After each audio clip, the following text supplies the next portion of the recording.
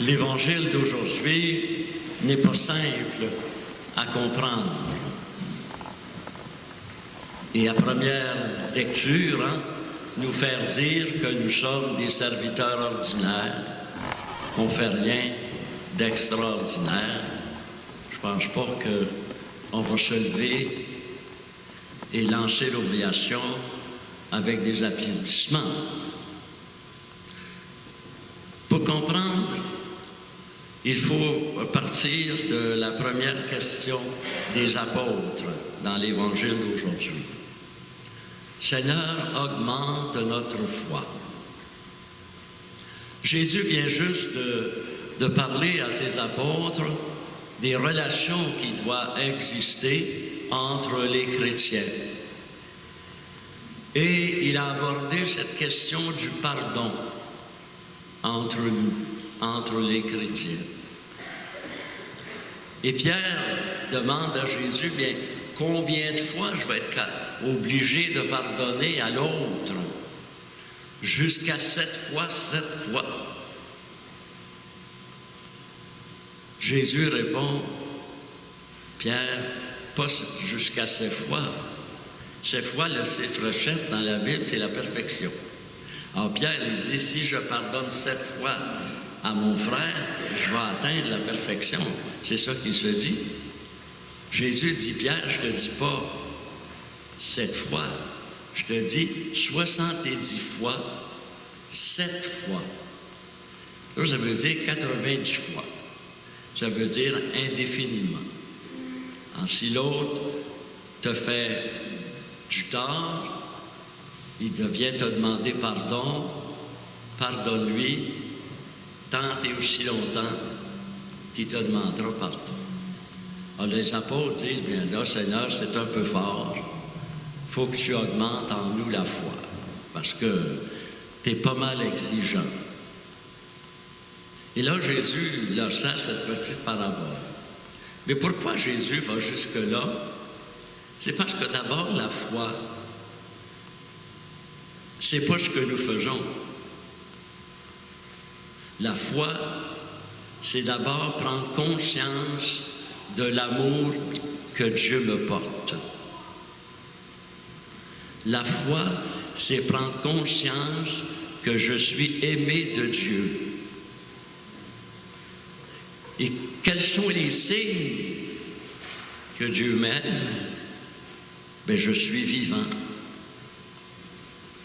Je suis en santé. Je suis autonome. Je peux facilement me déplacer. Je suis dans un pays agréable qui n'est pas en guerre.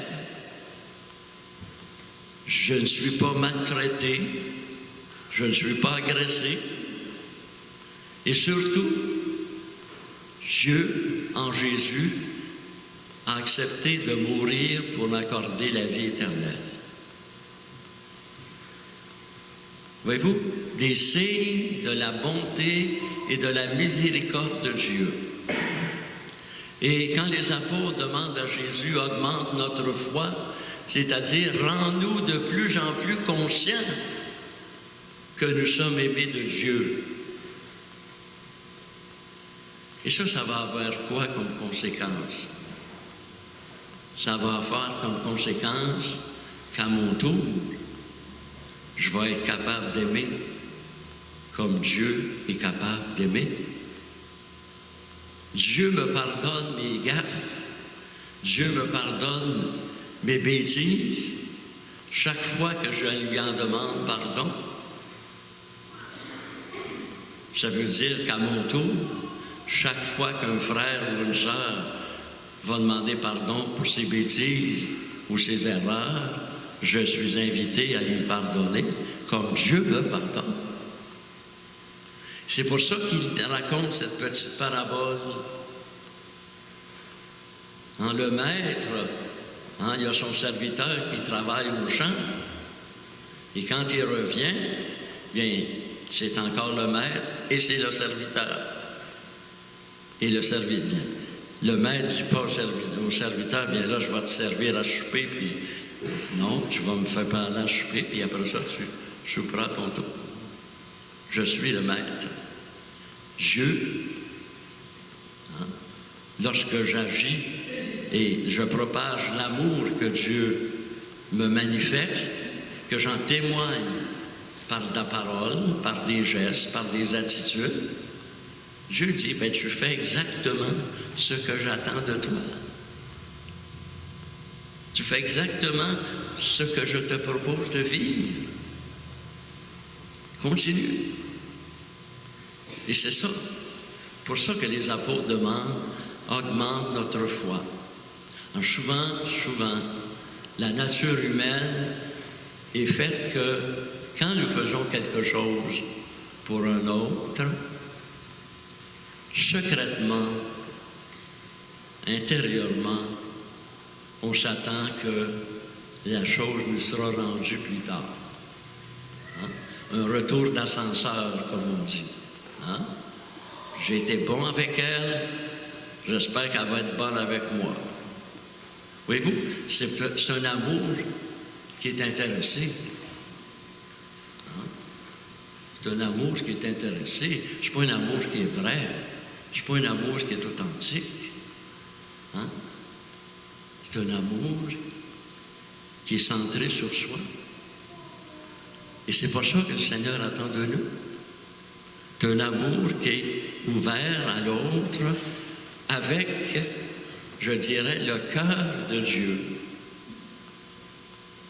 Et le cœur de Dieu, bien, c'est le cœur du Père de l'enfant prodigue, qui accueille son enfant toujours et qui le reconnaît toujours comme son fils. Et c'est de cet amour-là que le Seigneur veut que nous vivions. Et ce soir, dans quelques instants, le Seigneur va nous faire le plus grand don qui a jamais pu exister.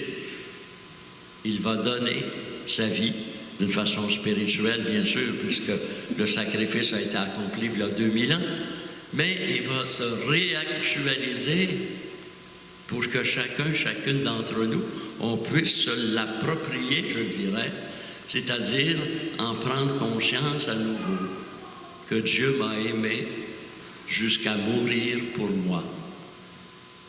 Ce qui fait en sorte que moi aussi, je suis invité à mourir pour mes frères et mes sœurs, que je suis invité à servir et à donner mon temps, mes énergies, mon amour pour mes frères et mes sœurs.